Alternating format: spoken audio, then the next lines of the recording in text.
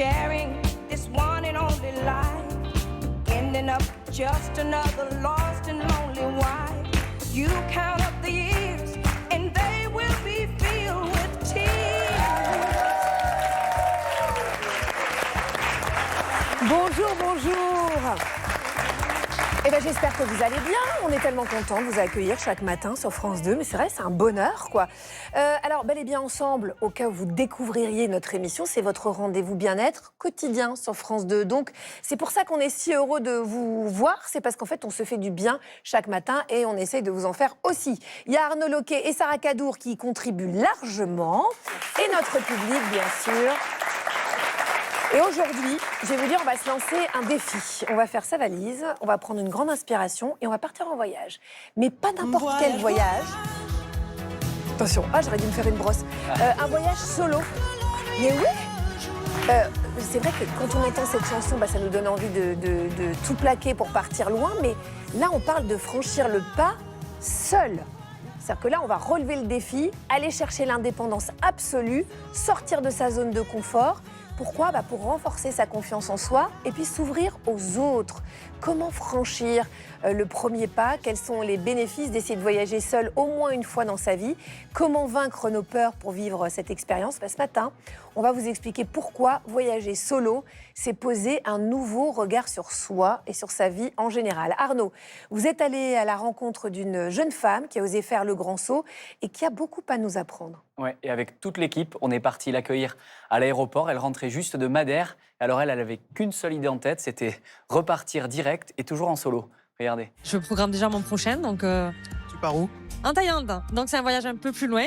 Donc c'est une autre étape, je pense, mais ça va être incroyable. Je pense qu'un voyage, ça permet de s'ouvrir plus aux autres et d'avoir peut-être plus de facilité à aller communiquer avec les gens. Ça ouvre un peu l'esprit aussi, les voyages.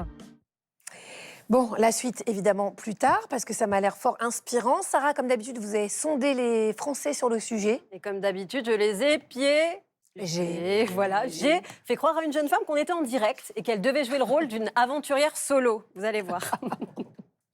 Oui, Agathe, je suis avec Clémence. Bonjour Clémence. Bonjour. Voilà, Clémence, grande aventurière qui adore voyager en solo et qui revient de Nouvelle-Calédonie où elle a d'ailleurs rencontré la tribu des Kanaks. Vous m'avez parlé du chef de la tribu, il s'appelait comment ? Alors, il s'appelait Tanak. Tanuk. Alors, il s'appelait Tanuk. Très sympa, il avait 80 ans. Un petit dernier mot, comment on dit au revoir en kanak ? Vous m'avez dit tout à l'heure, justement. Arbuk. Voilà. Arbuk. Arbuk à tous. Arbuk. Arbuk, Sarah, merci beaucoup. Oh là là là là, mais c'est pas possible. Le coup du duplex me fait beaucoup rire.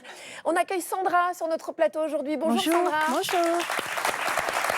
Merci d'être dans Bel et Bien Ensemble. Alors vous êtes journaliste, vous êtes maman d'une fille de 20 ans et vous, c'est un rêve de partir seule. Ne serait-ce que quelques jours, vous adoreriez, mais il y a beaucoup d'appréhension. On est toutes un petit peu comme ça. D'abord, il y a la barrière de la langue, peur du danger quand même quand on est une femme, le sentiment de solitude aussi, surtout pendant les repas, les visites, où on peut quand même avoir des grands moments de solitude. Vous pensez ne pas en être capable. On va en parler dans un instant, mais moi, je suis sûre qu'à la fin de l'émission, vous vous direz, bon, allez, je franchis le pas. En tout cas, c'est l'objectif. Oui, car je suis allemande. Sarah a commencé à aller convaincre Sandra, et puis on va vous retrouver toutes les deux dans quelques minutes. Mais tout de suite, c'est Stan Gusman qui nous rejoint.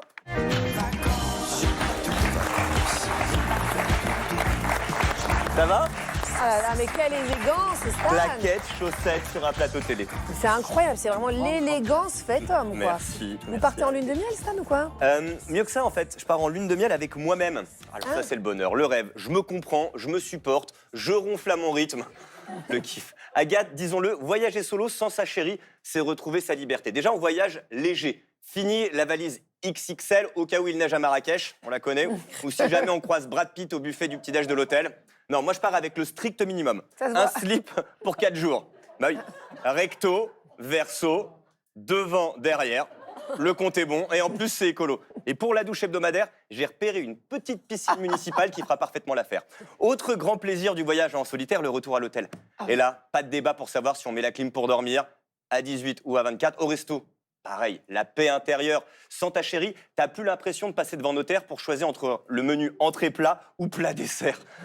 Un sandwich, Ouais, un quel bas laissé bonheur. peser, Mais c'est oui, le ça me kiff. fait rêver, ouais. Pareil pour les sorties, je fais ce que je veux. Pas d'obligation de visiter le musée de la pantoufle, parce que madame a vu 3 posts sur Pinterest qui disent que c'est hyper instructif. On la connaît. Non, je choisis mon programme comme un grand, ce qui booste ma confiance en moi et active tous les réseaux du bien-être. Et pour ne rien arranger à ce bonheur hormonal, quand on voyage en solitaire, on peut aussi s'inventer des vies. Ça, j'adore. À l'étranger, pour les gens, je suis pas ce minable chroniqueur qui vit dans l'ombre du soleil à Agathe Le Caron. Non, non, je présente une quotidienne sur France 2. Je suis complètement mytho-mégalo. Je mens aussi sur mon statut. Bah oui, vous me l'aviez confié, vous aussi. Hein, quand le chat n'est pas là, les souris dansent.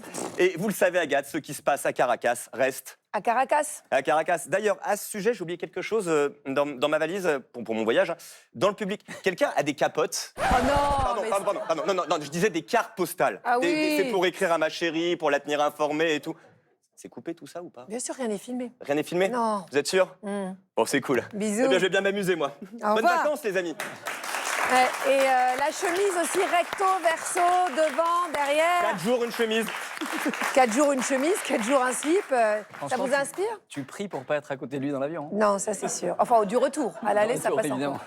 Merci beaucoup à Stan Gusman ou pas. Alors, j'ai parlé de retrouver sa confiance en soi en voyageant seul. Je pense que pour Stan, il n'y a pas besoin de la retrouver, il la maîtrise déjà très bien. Mais pour nous aider, nous, à oser faire le grand saut, on accueille notre psychologue Manuela Bro, qui arrive tout de suite. Bonjour Manuela.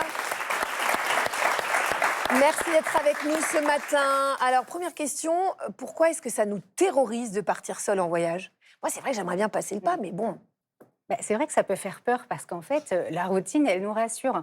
On peut avoir en fait très très peur de l'inconnu parce qu'en fait, on est habitué en plus au quotidien à avoir des costumes.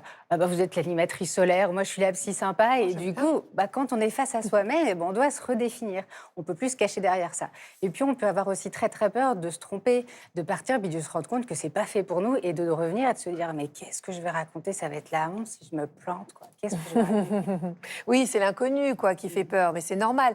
Et pourtant, le voyage solo, c'est une expérience qui peut vraiment nous transformer. C'est pour ça qu'on fait cette émission. Comment on fait pour franchir le pas, surtout quand on n'est pas une aventurière? C'est le moment de répondre à ces questions que tout le monde se pose.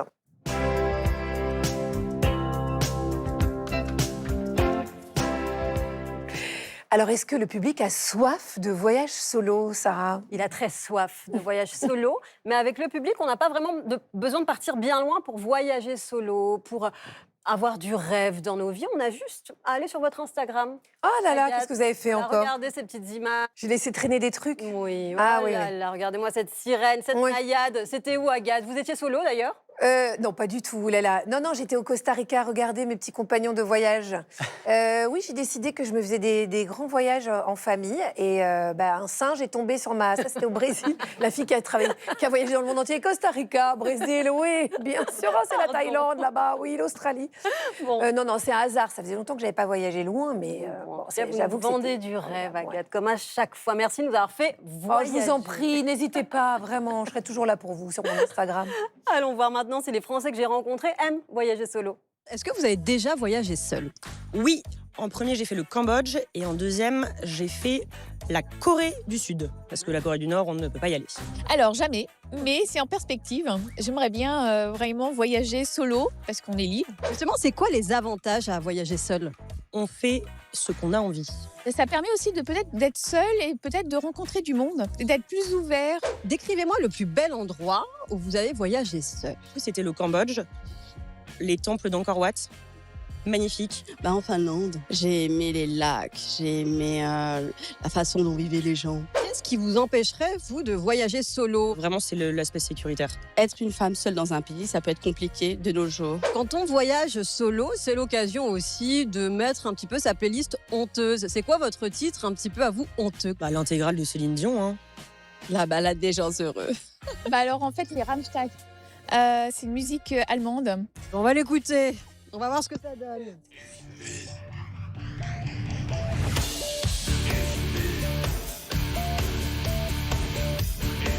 Ça donne pas envie de partir en voyage solo avec vous. Je vais vous montrer des photos et vous allez me dire, comme ça au faciès, avec qui vous ne partiriez sûrement pas en vacances. On a Arnaud Loquet et Agathe Le Caron. Avec qui on part pas? Qui on laisse ici? Je pars pas avec Arnaud. Bah, désolé, mais on laisserait Arnaud. Hein. Parce que autant partir avec une jolie fille. Quand c'est deux inconnus, autant que ce soit une jolie fille, non? C'est avec moi vous partez? Bah évidemment. Allez, allons-y. Allons-y. On se barre. Allez. Comme dirait Maître Gims, je me tire. Ciao. Bon, Arnaud, vous n'êtes pas vexé? Bah, tant pis pour eux, j'ai toujours des bons Agathe a becs du quand je voyage. succès. Ouais, alors que moi, c'est yoga à volonté, réveil à 5 h du matin. On ne partira pas avec Dommage. vous, finalement. Alors, Manuela, est-ce que voyager seul, ça peut être simplement visiter une ville le temps d'une journée ou prendre le train, partir en week-end? Oui, là, effectivement, on parle un peu de la théorie des petits pas. On peut y aller petit à petit parce que ça peut être trop compliqué de faire le grand saut. Et ce qui peut être intéressant, c'est d'abord apprendre ou réapprendre à être seul avec soi-même. Donc, c'est déjà la première étape. On peut prendre ne serait-ce que 2 heures, une après-midi, sans le téléphone, c'est peut-être mieux aussi. Et puis, on voit si on est confortable avec soi. Et ensuite, on imagine la première toute petite destination avec laquelle on sera suffisamment OK. Si c'est une après-midi en forêt, c'est déjà super. Et ensuite, ce que je conseille, c'est un petit carnet ou même un tableau, quelque chose de très basique, des plus, des moins, et on marque ce qu'on a aimé la solitude, ou admettons, bah mince, il a plu, on avait oublié le parapluie, et comme ça, bah, ça fait des petites expériences pour la prochaine fois. Alors, Sandra, vous, je l'ai dit tout à l'heure, partir seule, ne serait-ce que quelques jours, ça serait un vrai rêve, mais vous avez beaucoup d'appréhension, jusqu'à la peur de se retrouver seule au restaurant, que je comprends tellement, parce que c'est vrai que les repas, c'est le partage quand même. Alors l'idée d'être là, seule comme ça, à regarder la fenêtre, on en voit en plus au resto, on se dit toujours « Oh, les pauvres ». Bon, enfin, ce sont des facteurs de stress, quoi, et des freins pour passer le cap de ce voyage solo, même si donc l'envie est toujours là. Et vous trouvez toujours une excuse pour repousser le moment, vous n'avez jamais franchi le pas. Oui, donc oui, en plus, je suis assez indépendante. J'ai un métier qui me permet de rencontrer plein de gens et de voir différents secteurs avec mes articles. J'ai ma fille maintenant qui étudie à Lille, donc en fait, je suis assez disponible dans mes déplacements. Mais quand il vient de parler de voyage solo, en fait, je trouve donc toujours des excuses, notamment celle de mon chat, parce que j'ai adopté un chat aveugle qui est un peu fragile. Donc en fait, je me dis, bah non, je peux pas le laisser. Je pourrais totalement le laisser à ma famille, mais voilà, c'est toujours des excuses Ouais, vous y pour arrivez pas. repousser le. Mais c'est un vrai défi et je sais pas si j'en suis capable, je sais pas si c'est fait pour moi finalement. Et est-ce que je serai à la hauteur et est-ce que je vais pas passer un moment désagréable? Sandra soulève une question très intéressante, Manuela. Est-ce que c'est vraiment fait pour tout le monde, le voyage solo? Il y a peut-être Ouais. des gens qui ne sont pas faits pour ça. Exactement, c'est pas fait pour tout le monde. Peut-être un petit conseil, c'est d'abord se questionner sur ses aspirations profondes, en fait, sur pourquoi on a vraiment envie de voyager solo. Et c'est important de trouver des réponses parce qu'en gros, l'écueil, ce serait d'avoir envie de fuir son quotidien. Si on a envie de voyager solo juste pour fuir le quotidien qu'on supporte plus, bon, clairement, pas de suspense, on va revenir, le quotidien, il sera identique. Par contre, si à partir de la même situation, on ne supporte plus son quotidien, mais on se dit j'ai envie de partir 15 jours parce que j'ai envie de me recentrer sur moi, ne penser qu'à moi, changer un peu le logiciel, vous savez, le logiciel du quotidien qui est un peu il faut, faire les courses, la vaisselle, le ménage, etc. Ah, j'ai envie. Je suis toute seule avec moi-même, je ne peux penser qu'à moi, j'ai envie. Ça fonctionne bien. Voilà. Oh, j'ai envie de regarder une série, j'ai envie de me balader, puis là non, j'ai envie de rentrer, personne ne me culpabilise. D'ailleurs, en parlant de culpabilité, Manuela, l'idée quand même de laisser sa famille, compagnon, enfant, etc., et de se choisir soi en un pour une fois, c'est peut-être ce qui freine aussi beaucoup de monde. Il y a une part de culpabilité à partir seul, c'est presque un geste égoïste parfois. Enfin, en tout cas, on se dit ça, sûrement à tort. Mais... C'est ce qu'on se dit, effectivement. Mais en fait, c'est une question d'éducation. Effectivement, on éduque trop souvent les filles à être toujours disponibles, gentilles, aux petits soins pour les autres. Donc déjà, s'autoriser à penser à soi et s'autoriser à se dire j'ai envie de voyager solo, c'est déjà très transgressif. Et en plus, on est quand même dans une société patriarcale qui inculque la peur aux femmes. Je pense qu'on a tout entendu, les espèces de questions, des peurs de nos proches. Ah bon, tu sors toute seule et dans cette tenue? Ah, voilà, donc comme ça, au moins, c'est clair. Est-ce que vous pouvez nous donner quels sont concrètement les bienfaits psychologiques d'un voyage en solitaire? Ouais, il y a beaucoup de bienfaits au voyage en solo. Déjà, on prend confiance en soi, parce qu'il y a plein de petites difficultés au quotidien, on s'est perdu, on ne connaît pas la langue. Donc tout ça, c'est des résolutions de problèmes qu'on va réussir. Donc on va gagner confiance en soi et on va mieux se connaître. Ensuite, on va gagner en connaissance de soi. Parce que quand on est face à soi-même, finalement, on ne répond qu'à ses aspirations profondes. Donc, on se connaît mieux et on peut revenir après en se disant, en fait, finalement, ça, c'est important pour moi. Ensuite, au niveau de la santé mentale, il y a plein d'études qui montrent que ça réduit drastiquement le stress. Donc, c'est très intéressant et ça développe la créativité. Et peut-être le dernier point auquel on ne pense pas souvent, mais face à l'adversité, clairement, ça peut favoriser la résilience. Parce que quand on voyage en solo, on ne va pas se mentir, on peut être confronté à des grosses galères. Et bien, quand on est confronté à des grosses galères, on va développer des compétences qu'on n'imagine pas du tout. Donc, on va revenir sans doute la même, mais transformée et riche de ce qu'on appelle ces savoirs expérientiels. Alors pendant toute l'émission, on va évidemment parler de ces peurs aussi, du fait de voyager solo quand on est une femme, des rencontres aussi qu'on peut faire, de tout ce qui peut être formidable dans les voyages en solitaire. Mais comment est-ce qu'on fait pour franchir le pas, comme Sandra, d'oublier le chat malade et toutes les autres excuses et se préparer mentalement pour vivre cette expérience? Ouais. Alors, on l'a un peu dit avant, déjà, il faut être très clair sur ses intentions, sur le pourquoi on veut partir. Ensuite, comme on l'a dit aussi un petit peu avant, il faut être suffisamment confortable avec soi-même pour supporter la solitude. Ensuite, ce que je peux conseiller, c'est de voyager quand même léger, pour avoir de l'espace mental disponible, pour rencontrer l'autre, pour rencontrer d'autres cultures. On n'oublie pas quand même la sécurité, c'est-à-dire qu'on maintient quand même le lien avec les proches, on peut utiliser le téléphone sans être le nez collé dessus, les réseaux sociaux, ça peut être utile, et en plus, comme ça, on partage un peu le quotidien. Et puis enfin, le petit carnet, je trouve ça toujours hyper intéressant de noter tout ce qu'on a fait, les émotions, qu'est-ce qu'on a aimé, et puis en fait, des fois, des mois, des semaines, des années après, on peut relire le carnet en se disant « Ah, c'était super, j'ai envie d'y retourner ». Oui, le petit carnet de voyage, il est beaucoup plus facile à remplir, à décorer quand on est seul, en fait. Moi, je sais que je parlais du Costa Rica tout à l'heure, j'avais pris un petit carnet de voyage, je m'étais dit, je collerais tous les petits souvenirs. Bon, il y a un ticket d'entrée pour un musée. Bisous, c'est bon. Merci beaucoup, Manuela.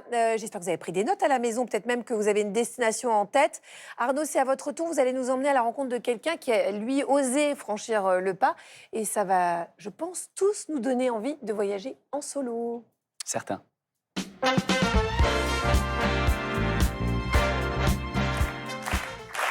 Avec Romaric, notre journaliste, on a une passion commune, c'est le voyage. Lui, dès qu'il peut, il prend femme, enfant sous le bras et il prend le large.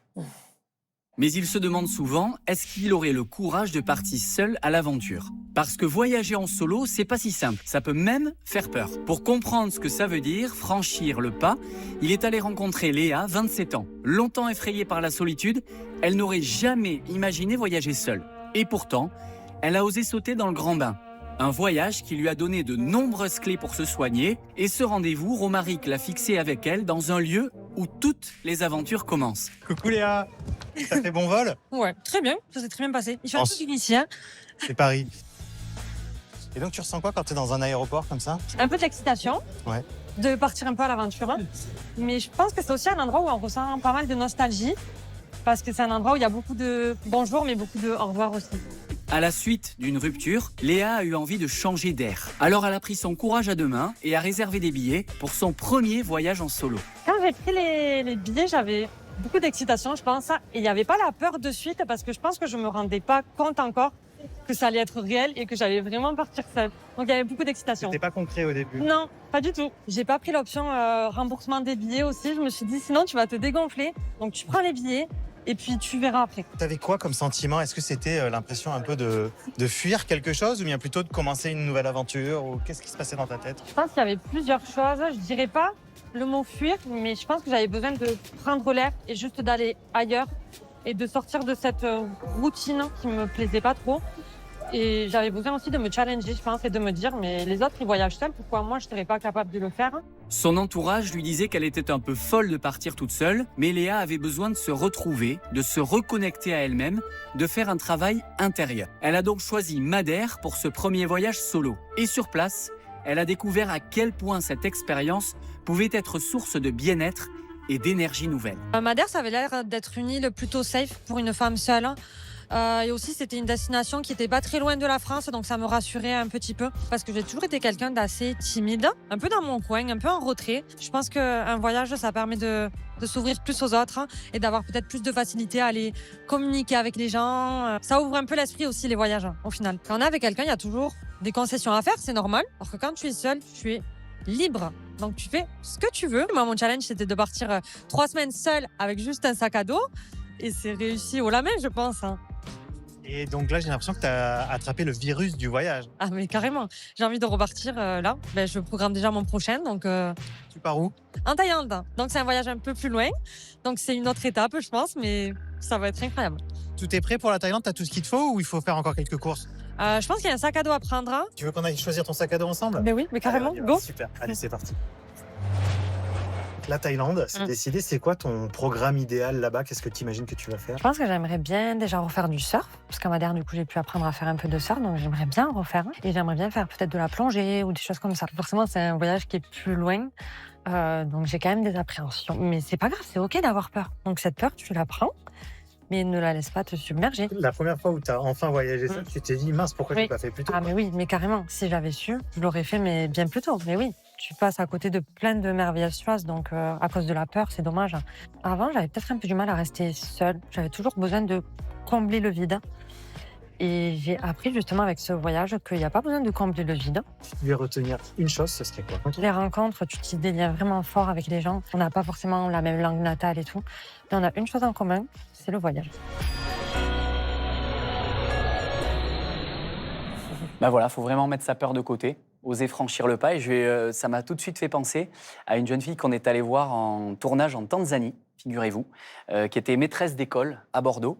Et on est parti la filmer, on a passé une semaine avec elle.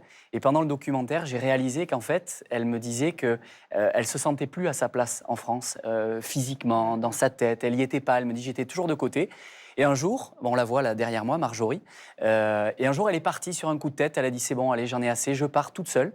Elle est partie faire un safari en Tanzanie, à Arusha. Elle est tombée amoureuse, red dingue, de son guide de safari, incroyable, le coup de foudre. Et ils sont toujours ensemble et aujourd'hui, ils ont la plus grande entreprise de safari en Tanzanie. Mais non. Je l'ai vue il n'y a pas plus tard qu'il y a 15 jours. On a pris un café ensemble, elle était de passage à Bordeaux. Et c'est une super histoire parce qu'en fait, elle n'était pas à sa place en France. Et elle a eu le courage de dire, OK, c'est bon, j'y pars. Sa mère lui a dit, elle lui a dit, pars pas, c'est une connerie et tout. Ben, pas du tout. Elle est partie, elle est amoureuse, elle est folle dingue de lui, elle a une très belle entreprise. Ben oui, parce qu'il y a les rencontres et parfois il y a les rencontres amoureuses. Hein. Voilà. C'est joli, hein? Dieu, si j'avais 20 ans. Merci beaucoup, Arnaud. Sarah, vous avez une question pour Manuela? Oui, Manuela. En fait, moi, ce qui me fait le plus peur dans le fait de voyager solo, c'est un peu comme Sandra, c'est le moment du repas. J'ai peur d'être face à mon destin, en fait, qu'on me juge. Donc, j'ai essayé hier et j'ai tenu 10 minutes. Très vite, j'ai fait semblant de parler au téléphone. En fait, j'assumais pas, je regardais un petit peu partout. J'avais peur qu'on me juge, j'avais honte. Alors, pourquoi on a du mal comme ça à assumer le fait d'être seul? Parce qu'en fait, le problème, c'est le regard de l'autre. Et en fait, vous l'avez dit, vous avez peur en fait, qu'on vous juge.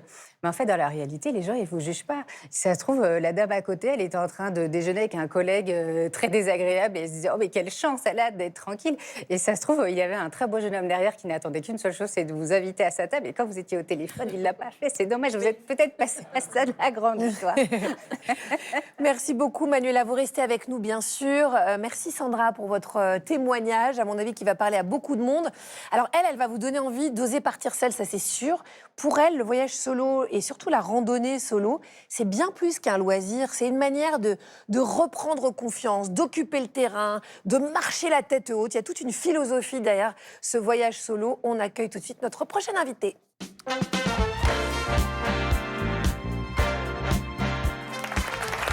Bonjour Marie-Albert. Bonjour. Merci d'être avec nous. Oh là, je suis contente de vous voir en vrai parce que je vous connais par vos réseaux. Pareil. Alors vous, votre première nuit seule en forêt, vous n'avez pas fermé l'œil. 5 ans plus tard, vous dormez partout, en pleine nature, et vous n'avez même pas peur. Donc c'est quand même un truc de dingue.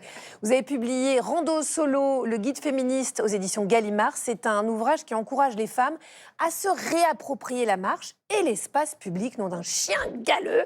En 2020, vous avez entrepris le Survivor Tour. Ça, c'est un tour de France à pied contre les violences sexuelles. Donc pour vous, marcher seule quand on est une femme, c'est... On l'a compris, bien plus qu'un défi. C'est un acte politique, c'est un acte militant. Donc on est très heureux de vous accueillir. Quel est votre conseil pour se lancer dans la randonnée solo quand on est une femme et qu'on a, comme Sandra, comme moi, comme Sarah, des appréhensions? Déjà, c'est ce qu'on a dit tout à l'heure, c'est d'y aller petit à petit. Donc, il n'y a pas besoin de partir au bout du monde, de prendre l'avion. On peut juste se promener dans son quartier, sortir sans son téléphone et se demander est-ce que je connais mon pâté de maison? Est-ce que je suis capable de rentrer chez moi après? Parce qu'il y a aussi des idées reçues sur les femmes qui n'auraient pas un bon sens de l'orientation. Oui, c'est ça. Si on a peur des agressions, on peut avoir peur des hommes, par exemple. C'est souvent quelque chose qu'on a intégré, la peur du grand méchant loup. Moi, ce que je préconise dans mon livre, c'est de faire des stages d'autodéfense féministe. Ils sont dispensés par des associations partout en France et même à l'étranger. Et en 2 jours de stage, on peut apprendre à se défendre émotionnellement, verbalement et physiquement, parce qu'on pense souvent qu'en tant que femme, en tant que personne qui subissent des discriminations dans la société, on ne peut pas se défendre, on est faible, mais pas du tout. On nous a appris à ne pas nous défendre, mais on est très capable en vérité de marcher seul. En vérité, on ne subit pas plus de violence dehors qu'à domicile, hein, les statistiques Oui, le c'est montrent. pas parce qu'on est au Cambodge qu'on va se faire plus attaquer Non. que dans un quartier de Paris ou de Bordeaux, quoi. Et même qu'à son domicile, puisque la majorité des violences, c'est fait par des gens qu'on connaît déjà. Oui, c'est ça. Alors, pourquoi est-ce que ça vous a paru important d'écrire un guide sur la randonnée solo? C'était justement pour accompagner les femmes et leur donner des conseils pour qu'elles se lancent? Quand je me suis lancée en 2016, moi j'ai fait les erreurs de la débutante, donc prendre les mauvais matériels, faire trop de kilomètres par jour. J'avais peur de tout. J'ai voulu écrire un livre qui n'existait pas, le guide féministe de la rando solo pour les femmes et les personnes minorisées, donc les personnes qui subissent des discriminations, parce qu'il n'existait pas tout simplement. Et moi sur les réseaux sociaux, j'ai toujours les mêmes questions de femmes qui me posent comment tu fais pour dormir seule dans la forêt. Ça c'est le truc vraiment, tout le monde se dit que je suis complètement folle. Mais figurez-vous que dans la forêt la nuit, il n'y a personne. Et un homme violent ne va pas venir me violer dans la forêt la nuit. Il a peur, lui aussi, de la forêt. Tout ça, c'est des mythes. Et moi, aujourd'hui, ça fait 5 ans que je bivouaque solo dans la forêt. Je fais le Tour de France à pied, par étapes chaque été. Et aujourd'hui, je dors bien dans la forêt. Mais ça, il m'a fallu beaucoup de temps. Donc, y aller petit à petit. Et les peurs, c'est normal, c'est des informations, c'est hyper important. Ça nous donne des informations sur ce dont on a peur. Et chaque personne a des peurs différentes. Justement, comment vous trouvez cet équilibre entre prudence, quand même, il en faut, et de l'insouciance? Par l'autodéfense féministe, je sais que si je suis sous ma tente la nuit et que j'ai peur, parce que les peurs, ça peut arriver, je sais que je peux mettre KO n'importe qui en 3 secondes. Et encore une fois, c'est possible pour tout le monde. Non, mais c'est possible pour tout le monde. Et après, encore une fois, moi, je me fais plus harceler chez moi, dans ma ville, à Cherbourg, que dans la forêt. Donc, je suis plus en sécurité dans la forêt. Manuela Brault, l'équilibre entre apprendre à lâcher prise sans pour autant se mettre en danger quand on voyage seul, ça peut être un peu difficile à trouver, ce curseur. Faut expérimenter, hein. Il faut d'abord s'écouter, écouter ses besoins, écouter ses limites. On expérimente et il faut se faire confiance. Souvent, on ne se fait pas assez confiance. Donc, petit à petit, on va savoir et se faire confiance. Sarah, qu'est-ce que vous voulez? Oui, non, mais il y a Teddy qui boit les paroles de Marie-Albert et qui a une question pour vous. Oui, bonjour. Quel est votre plus beau souvenir de voyage en solitaire? Je vais raconter quelque chose que j'allais d'ailleurs raconter. C'est qu'il y a encore un mois, j'étais sur mon Tour de France à pied, donc par étapes, j'étais en Provence. Et moi, je me surnomme la tortue parce que je suis très lente. On peut imaginer que je suis très courageuse, mais je fais 15 km par jour et je fais beaucoup de pauses et je vais très lentement. Et donc, le dernier soir, j'ai bivouaqué en face du rocher de Roquebrune-sur-Argent dans le Var. C'est magnifique. J'étais sous un pin parasol. Et quand je suis arrivée à mon lieu de bivouac, j'ai entendu un animal qui allait vite vers moi et j'ai vu que c'était une tortue qui allait super vite comme ça et qui allait vers moi. Et je me disais, qu'est-ce qu'elle va faire? Et puis elle s'est arrêtée, comme ça, elle m'a regardée et elle est repartie. Et je me suis dit, c'est la première fois que je croise une tortue sauvage, parce que je croise plein d'animaux en rando. Et je me disais, c'est marrant, finalement, les tortues, ça peut aller vite aussi. Ouais. Mais il y a plein d'autres souvenirs. Oui, il y a plein d'autres souvenirs. Et donc, on peut vous suivre sur vos réseaux, Marie-Albert, si on veut avoir d'abord les conseils et puis vos anecdotes. Merci en tout cas pour cette expérience qui est quand même très inspirante. Vous avez vraiment donné envie d'enfiler nos baskets de rando et surtout de sillonner la France à pied parce que c'est tellement merveilleux. Je rappelle votre livre Rando Solo, le guide féministe. C'est aux éditions Gallimard. À très, très bientôt, Marie. On va continuer avec des histoires fascinantes de voyage, celles où on aime se faire peur parce qu'on découvre que des femmes et des hommes ont vécu l'impossible, l'inimaginable en voyageant. Ce sont des récits de courage, de résilience qui nous donnent aussi à nous l'envie de nous dépasser. Enfin, vous allez tout comprendre avec notre prochaine invitée. On est bien ici et maintenant.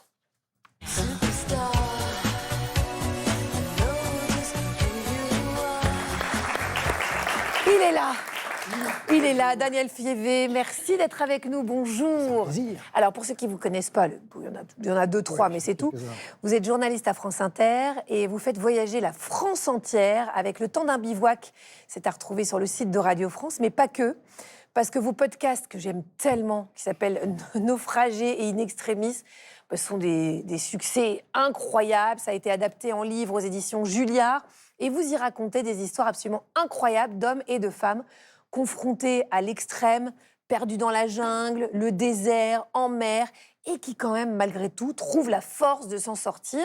Ils sont souvent seuls, d'ailleurs, et donc ils sont seuls dans leur galère, ils doivent survivre seuls. On va écouter la bande-annonce d'In Extremis pour vous donner envie, si vous ne connaissez pas encore. Repartons à l'aventure sur les traces d'hommes et de femmes qui, coupés du monde, confrontés à la faim, la soif et la solitude, ont trouvé la force de survivre in extremis. Vol 571, les survivants des Andes, Ada Blackjack, la Robinson de l'Arctique, les révoltés du Bounty entre descente aux enfers et quête de paradis. Bon, mais sachez que vous êtes la BO de ma vie, parce que je vous écoute tout le temps. J'en attendais pas tant. Oui, et là, je dois dire, j'ai quasiment tout écouté, là, des naufragés, ça me pose un énorme problème. Nous en discuterons hors antenne, car il faudrait que vous produisiez plus. Daniel, ce matin, puisque j'ai avec moi le spécialiste des voyages, j'avais envie qu'on propose à nos téléspectateurs un carnet d'aventures avec des récits incroyables, improbables. Je ne sais pas si ces aventures vont vous donner envie de partir seul et de larguer les amarres, mais ce qui est sûr, c'est que vous allez être fascinés par ce que vous allez entendre. Alors moi, j'ai commencé avec mon histoire préférée. Il y en a plein, hein, mais il y en a une qui m'a beaucoup marquée, c'est celle d'Isabelle Del Real. Elle a 23 ans, elle sort de Sciences Po, tout juste. Elle s'apprête à devenir avocate et puis un jour, elle a un déclic. Au moment d'envoyer son inscription à l'école du barreau, elle comprend qu'elle n'a plus du tout envie de suivre cette voie toute tracée. Elle sort son vélo et elle décide de relier la Bretagne à l'Iran. C'est une histoire de dingue, ça. Ouais, c'est une histoire de dingue. Alors là, c'est pas une histoire de survie, c'est vraiment une histoire d'épanouissement d'aventure et personnel. Elle construit elle-même son vélo. Parce qu'on est en 2021, il y a une pénurie de vélos et il y a une urgence. Elle veut partir, donc elle construit, elle commande les pièces et elle le construit. Son vélo, il est un peu brinque-ballant, mais au moins, elle sait le réparer pour ce long périple qui l'attend. Elle va traverser l'Europe et puis elle va aller sur les routes de la soie jusqu'à Téhéran. Ses parents, quand elle leur annonce qu'elle va partir comme ça sur 15 000 kilomètres jusqu'à Téhéran, ses parents lui disent « Mais dans 10 jours, t'es revenu, t'as jamais aimé faire du vélo, qu'est-ce que c'est que cette histoire ?» Mais elle se dit que c'est le moyen de transport pour mener ce voyage à bien à la bonne vitesse, pour en profiter tout en allant quand même assez vite pour aller à destination. Ce qui lui donne le plus peur dans tout ça, c'est marrant parce que c'est un peu ce que vous disiez juste avant, c'est les nuits. C'est-à-dire qu'avant de partir, la nuit, elle se réveille en pleine nuit en se disant « Mais où est-ce que je vais dormir? Comment ça va se passer ?» Et effectivement, elle a écrit une très très belle bande dessinée, tout en noir et blanc. Et la nuit, tout au long de son voyage, c'est un personnage à part entière. C'est-à-dire qu'elle apprend à apprivoiser la nuit. Et curieusement, sur ce long voyage où vraiment elle passe par des tas de pays, là où elle va avoir le plus peur, c'est quand elle est encore en France, tout début du voyage, elle passe par la Lozère, par le pays du Gévaudan et de la fameuse bête du Gévaudan. Et pendant cette nuit, elle plante sa tente dans la forêt, elle entend des bruits, et c'est là où elle aura eu le plus peur de tout le voyage. En fait, parce qu'on lui a raconté, avant qu'elle ait planté sa tente, évidemment, en arrivant dans ce pays, on lui a raconté la bête du Gévaudan, toute cette légende. Et ça montre bien que la peur, c'est aussi ce qu'on en fait, et c'est surtout basé sur l'imaginaire.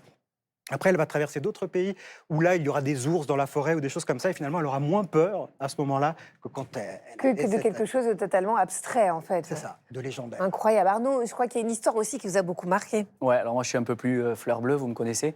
C'est les histoires d'amour. C'est l'histoire de Nona Isabelle. C'est une femme absolument incroyable de détermination. On est au 18e et elle va partir et tout risquer par amour.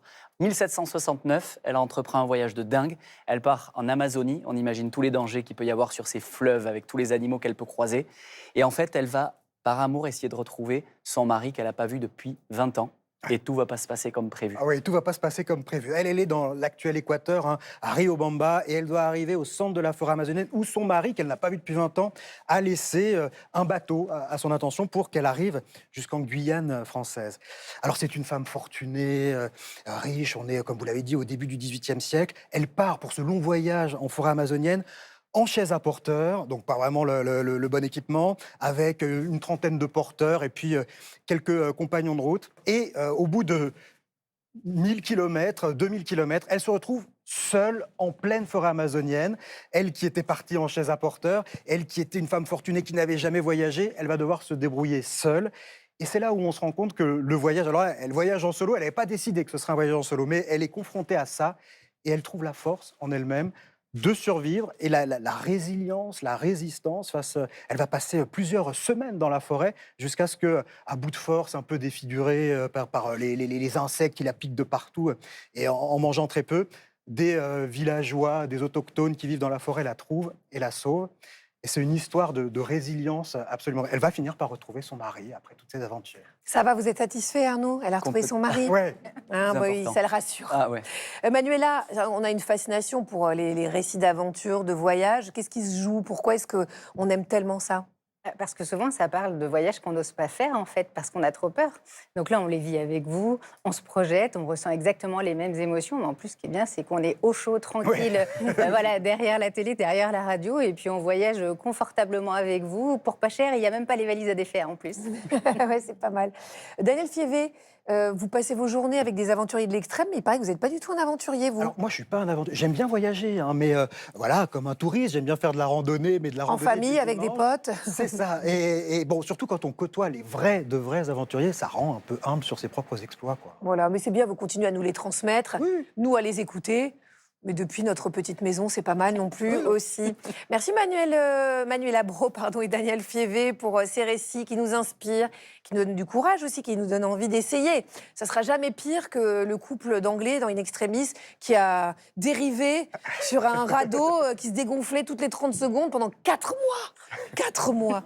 Bref, bon, je vous invite à écouter le podcast de Daniel, vous comprendrez. Restez avec nous parce qu'Arnaud, lui, va nous faire voyager, mais sans bouger d'ici. C'est la Happy Therapy.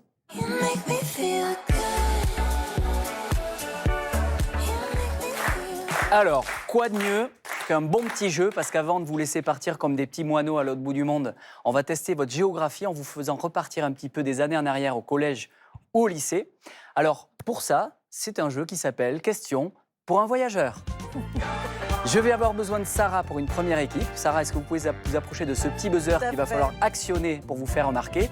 On peut applaudir Sarah parce qu'elle pourrait les yeux fermés partir à Solenzara en Corse. Elle connaît parfaitement l'itinéraire. Et de l'autre côté, donc, on va faire une ligne imaginaire dans ce public. Sarah, vous représentez la team de gauche. Voilà. Et ensuite, Agathe, vous allez nous rejoindre. Okay. Alors Agathe, quant à elle pourrait nous pointer le Cap Ferry sur un planisphère sans les mains. Bien sûr. Veuillez l'accueillir et l'applaudir. C'est la capitaine de la deuxième équipe. Attention, je ne veux pas de tricherie entre vous.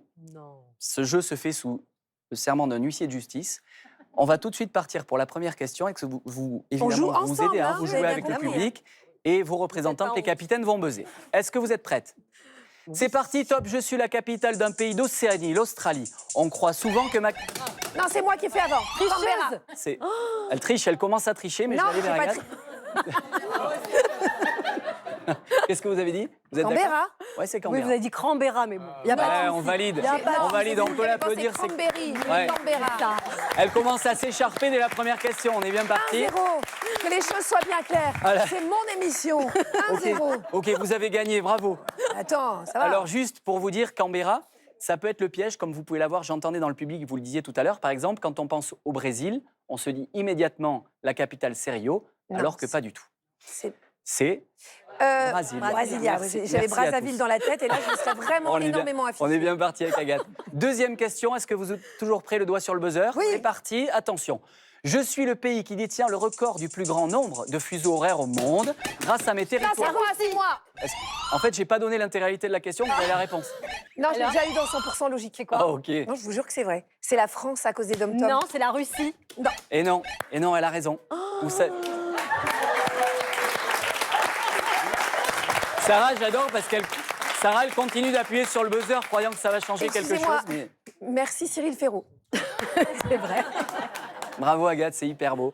Donc par contre, Sarah, il y a un élément de réponse. J'ai presque envie de vous donner un demi-point parce que la Russie vient derrière, puisque la Russie a 11 fuseaux. Je ne sais pas pourquoi elle aura un demi-point alors que j'ai jamais la bonne réponse. Oh, allez, bah, si. Elle est mauvaise, ouais, c'est terrible. C'est terrible. Troisième question, est-ce qu'on est prêt? Oui. C'est parti.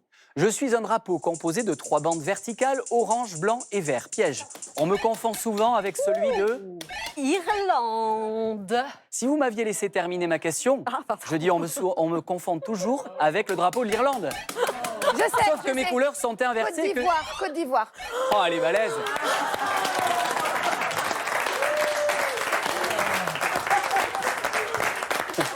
La chance. J'aurais presque envie de dire un mot qui commence par un B pour dire que c'est une raclée. Elle est trop forte. Mais là, c'est 3-0 quand même. Non, mais j'ai eu de la chance sur les 3 parce que donc j'ai eu la question en 100% logique, l'Australie, bon, ça je savais, et la Côte d'Ivoire, c'est un pays que j'adore. C'est hyper beau. Donc, est-ce que vous connaissez les significations de ces couleurs? Ah non, faut quand même pas trop pousser mémé dans les orties. Il faut quand même que je serve à quelque chose. Le orange pour la terre et le dynamisme, le blanc pour la paix et le vert pour... Pas loin, ça commence pareil, c'est l'espérance. Et comme on le disait tout à l'heure, l'Irlande, ça ressemble, sauf que les couleurs sont inversées. Eh oui, Sarah. Eh bien, bravo, c'est un magnifique 3-0.